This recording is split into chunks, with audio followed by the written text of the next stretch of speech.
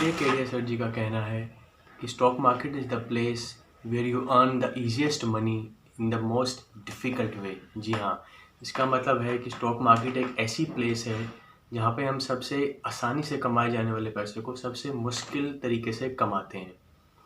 अब आप सोच रहे होंगे कि ये मैं क्या बोल रहा हूँ। चलो मैं आपको एक लाइव एग्जांपल देता हूँ, उससे आपको शायद समझ आ जाएगा कि इसका मतलब क्या है। मैं अब दो ऐसे स्टॉक मार्केट गुरुज़ के, ट्रेडिंग गुरुज़ के बारे में बात करूँगा जो जिनसे आप अपने आप को काफ़ी अच्छे से रिलेट कर सकते हैं। उनका नाम है Nitin Bhatia sir ji and Mitesh Patel sir ji. अब आप ये मत सोचना कि मैं उनके अगेंस्ट कुछ बोल रहा हूँ या कुछ उनके फेवर में कर रहा हूँ। जी नहीं, देखो वो लोग मार्केट के गुरुज़ हैं, उन्होंने काफ़ी कुछ अचीव किया है और वो अच्छा परफॉर्म कर रहे हैं और होपफुली वो ऐसा करते रहें। बट उनको इस वीडियो में उनका नाम लेने का कारण यही है कि उनका जो ट्रेडिंग स्टाइल है दोनों का, वो दोनों का काफ़ी डिफरेंट है।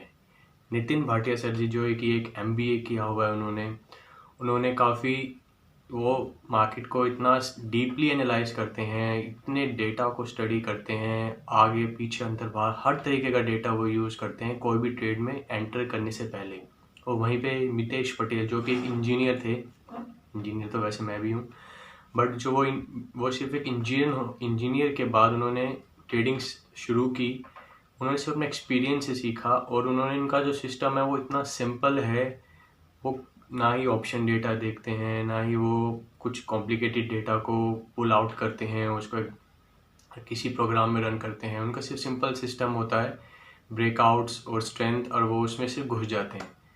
तो इससे ये पता चलता है कि मार्केट में चलो डेटा चाहिए आपको, अगर आप इतना कर सकते हैं इतने कॉम्प्लिकेटेड वे में, वो गलत नहीं है।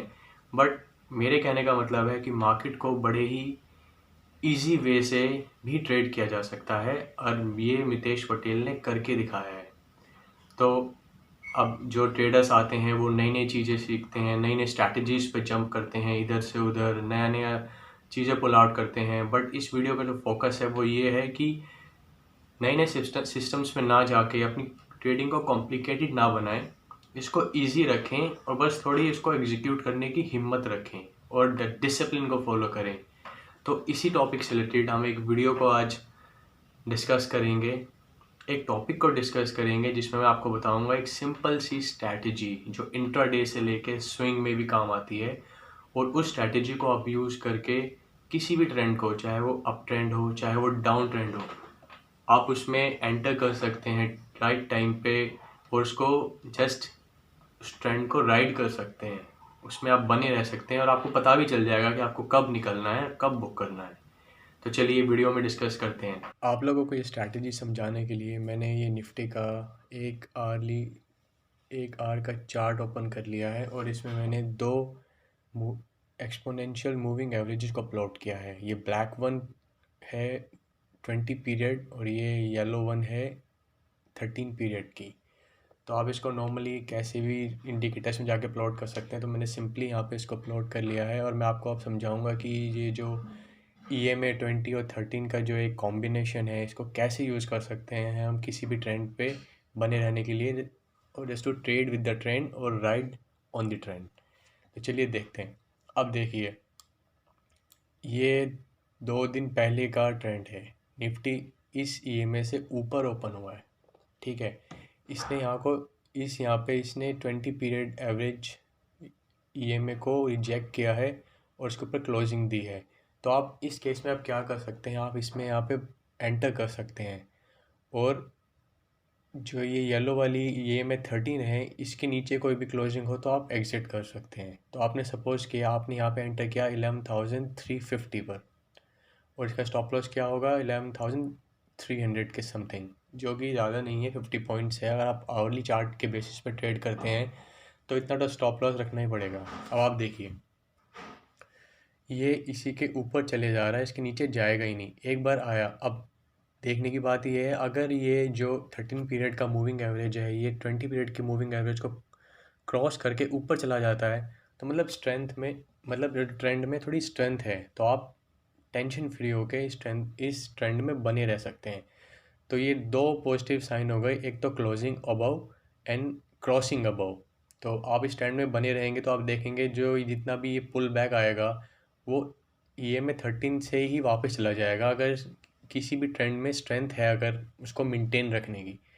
तो आप देखिए ये यहाँ से पुल बैक आया, वापस यहाँ से पुल बैक, फिर वापस एक कैंडल आई थी बट ये कैंडल क्लोज नहीं हुई। देखो क्लोज तो हुई है इनफैक्ट, बट हम एक कैंडल पे नहीं जज कर सकते, तो हमें नेक्स्ट कैंडल देखनी होगी। तो आप देखेंगे नेक्स्ट कैंडल थोड़ी वॉलेटाइल थी बट वो एक तरीके की बुलिश कैंडल है। आप इस कैंडल को ध्यान से देखेंगे तो ये ग्रीन है और ये एक जो इसकी लोअर विक है वो नीचे ज़्यादा है ऊपर कम है, तो मतलब ये एक बुलिश कैंडल है। तो अब इसको आप ले सकते हैं कि आपका ट्रेंड रिज्यूम होने के चांसेस हैं, और आप इसके जो इसका लोअर एंड है आप इसको नया स्टॉप लॉस कंसिडर कर सकते हैं। तो इसके बाद देखिए ट्रेंड वापस ऊपर चला गया। अब आपने एंटर किया था 350 के अराउंड, और मार्केट ने एक हाई बनाया 560 पे, 200 पॉइंट्स का हाई। फिर सेकंड इसने यहाँ पे वापस आया, फिर पुल बैक से वापस इसने बाउंस किया तो इसने हाई बनाया 613 का। तो देखिए 350 से 613, ऑलमोस्ट 280 पॉइंट्स का गेन, वो भी 1 2 या 3 दिनों में, जो कि काफ़ी अच्छा गेन है। और अगर किसी ने यहाँ पे इसको मिस कर दिया तो वो ऐसे पुल बैक्स पे एंटर कर सकता है। आपको सबसे पहले ये देखना पड़ेगा कि ट्रेंड अप ट्रेंड है या डाउन ट्रेंड है। तो ये नहीं कि अप ट्रेंड है तो आप इसमें कोई भी शॉर्ट पोजीशन बनाएंगे, नहीं, अप ट्रेंड में हमेशा पुल बैक का वेट कीजिए और उसमें उसके ट्रेंड की डायरेक्शन में ही अपना ट्रेड लेना चाहिए। तो अब देखिए ये ट्रेंड यहाँ पे रहा, अब यहाँ पे ये कंसोलिडेशन आया, यहाँ पे इसने थोड़ी देर के लिए वेट किया, मतलब यहाँ पे जो बड़े स्मार्ट प्लेयर्स होंगे उन्होंने अपनी पोजीशंस को निकाला होगा, प्रॉफिट बुकिंग। तो कुछ लोग यहाँ पे भी एग्जिट कर सकते हैं, और अगर ये वो लोग सिंपल इसी स्ट्रैटेजी पे रिलाई कर रहे हैं तो वो आप देखिए अब यहाँ पे एक कैंडल नीचे क्लोज हुई, चलो इसको हम नहीं मानेंगे कि ये हमें एग्जिट करना चाहिए, बट सेकंड कैंडल भी उसी के नीचे थी तो ये एक सिग्नल मिला। और देखो नेक्स्ट 2 कैंडल्स वो इस EMA से 20 पीरियड के EMA से रिजेक्ट हो रही हैं। तो एक सिंपल ये एक कंफर्मेशन का सिग्नल होता है कि आप निकल जाओ। तो आपने अगर एंटर किया होगा 350 पे, तो आप निकल जाएंगे अराउंड 490 और 500 पे, जो कि काफ़ी अच्छा ट्रेड था। 150 पॉइंट्स का ट्रेड काफ़ी अच्छा रहा। अब आप सेम इसी केस में आप एक डाउन ट्रेंड में एक पोजीशन ले सकते हैं शॉर्ट की। अब आप देखेंगे जैसे यहाँ पे ये रिजेक्ट हुआ तो ये इन 2 कैंडल से साफ क्लियर होता है कि निफ्टी अब अपने डाउन ट्रेंड में है, मतलब जो ये अप ट्रेंड था वो ख़त्म हो गया। तो अब आप यहाँ पे इस कैंडल की बेसिस पे कोई भी एक ट्रेड ले लीजिए डाउन साइड में, यानी शॉर्ट कर दीजिए, और इस कैंडल का जो हाई है इसको आप स्टॉप लॉस ले सकते हैं। आप देखिए क्या बढ़िया डाउनफॉल आया।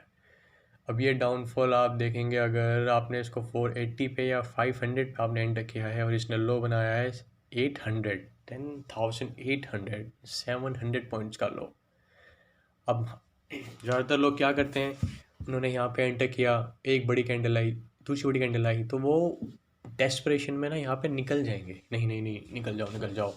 इस केस में क्या होता है, अब जो आपका प्रॉफिट इतना बड़ा होना है वो छोटे में निकल जाते हो, और इसी केस में जो लॉस में बैठा होगा ना वो वेट करता रहेगा, नहीं यार थोड़ा सा ऊपर, थोड़ा सा ऊपर, जो कि ऊपर जाएगा नहीं है, उसका सारा पैसा चला जाएगा। तो इस केस में आपको अपनी विनिंग पोजीशंस को होल्ड करके रखना पड़ता है to gain maximum profit out of it. तो अब आप देखिए एक पुल बैक आया बट वो यहाँ पे रिजेक्ट हो गया। सबसे अच्छी बात है जो EMA 20 है वो EMA 13 के ऊपर है, तो ये क्लियरली एक डाउन ट्रेंड है।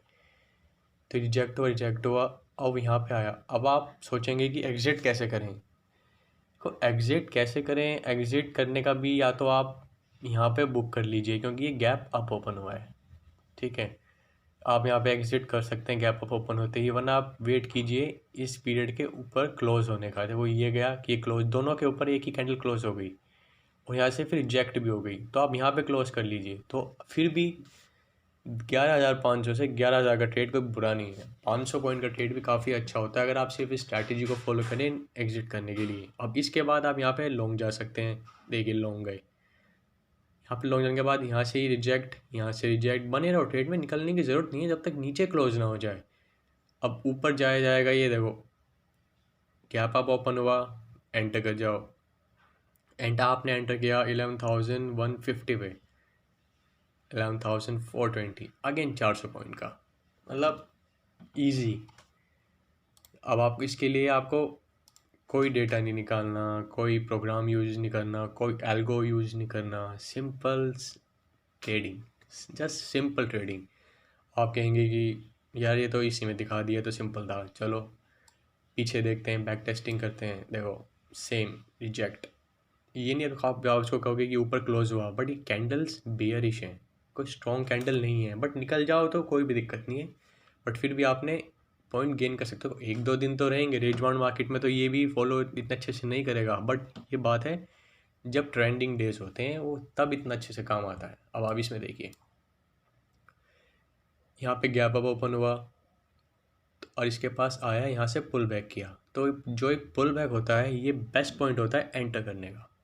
तो आपने यहाँ पे आप एंटर कर सकते थे क्योंकि कैंडल इसके ऊपर क्लोज हुई थी। अब नेक्स्ट डे गैप अप, अब आप देखिए 11,380 पे ये क्लोज हुआ और हाई 11,800, 500 पॉइंट का गेन, वो भी सिर्फ एक हफ्ते में।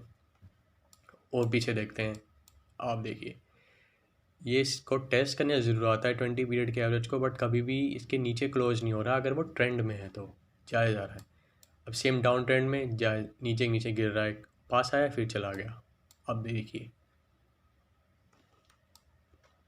तो आप ये जो ये ट्रेंड में कोई भी ज़रूरी नहीं है कि 1 घंटे में, आप 5 मिनट का चार्ट देख सकते हैं, उसमें भी सेम फॉलो करेगा। ऊपर है बने रहो, नीचे है तो नीचे भी बने रहो। ये नहीं है कि आपने जल्दी एग्जिट कर दिया, वेट करो क्रॉस करने का, तभी आप अपने मैक्सिमम प्रॉफिट जनरेट कर सकते हैं। ये देखिए कितना ब्यूटीफुल ट्रेंड है। आप अगर यहाँ पे ये पुल बैक था कैंडल, देखो ये कैंडल एक ट्रेंड रिवर्सल आप मान सकते हैं इसको, और ये इन दोनों के ऊपर क्लोज हुई है। अब यहाँ पे कोई एंटर करेगा 9,100 पे, देखो क्लोज नहीं हुआ, नहीं हुआ, नहीं हुआ, यहाँ पे भी नहीं हुआ, यहाँ पे क्लोज हुआ है, निकल जाओ 1,000 पॉइंट सिर्फ 5-6 या 6 ट्रेडिंग डेज में, बहुत होता है। तो ये ट्रेंड निफ्टी और बैंक निफ्टी बहुत ब्यूटीफुली फॉलो करते हैं, और आप इसको अपनी स्ट्रैटेजी में यूज़ करेंगे। आर्ली चार्ट पे यूज़ कीजिए, थोड़े बड़े स्टॉप लॉसेस होंगे, बट ट्रेंड में आप जब भी देखो, ट्रेंड कई कई दिन तक ट्रेंड चलते हैं, तो आप उसमें बने रहिए और आप अच्छा खासा गेन निकाल सकते हैं मार्केट से। तो इस स्ट्रैटेजी को बताने का ये पर्पस है कि how to ride a trend, बोलते हैं ना ट्रेंड इज़ योर फ्रेंड, तो वो तभी फ्रेंड होता है अगर आप उसमें बने रहेंगे। आप उसमें छोटे छोटे प्रॉफिट लेके निकल जाएंगे तो वो आपका फ्रेंड तो रहेगा नहीं। और अगर लॉस में आप क्या करते हैं, लॉस में ट्रेंड को फ्रेंड बना लेते हैं, वो भी अपोजिट डायरेक्शन में। अब आप किसी ने यहाँ एंटर किया होगा, अब वो सोचता रहेगा ऊपर आएगा ऊपर आएगा, नहीं आया, गया मार्केट नीचे और पैसे भी गए। तो इसलिए कहता हूँ अपनी स्ट्रैटेजी को सिंपल से सिंपल रखिए, कोई टेंशन नहीं होगी, कोई परेशानी नहीं होगी, आप ज़्यादा सोचेंगे नहीं, स्ट्रेस में नहीं रहेंगे, और आपकी ट्रेडिंग इजी बन जाएगी। सिंपल बनी रहे, डिसिप्लिन बहुत ज़रूरी है। अब आप मन में सोच के बैठेंगे नहीं यार इतना लेके निकल जाता हूँ, नहीं नहीं, ये मत कीजिए, बने रहिए और प्रॉफिट को बढ़ने दीजिए। और अगर कहीं भी लगे कि नीचे क्रॉस कर रहा है तो एग्जिट कर देना चाहिए, ये सोच के नहीं कि वापस जाएगा या अगले दिन रिग्रेट करोगे, रिग्रेट छोड़ दीजिए, प्रॉफिट को बनाओ और लॉसेस को जल्दी से कट करो। तो आई होप आपको ये वीडियो पसंद आई होगी, प्लीज़ लाइक एंड सब्सक्राइब, और अब मिलते हैं अपनी नेक्स्ट वीडियो में। Take care.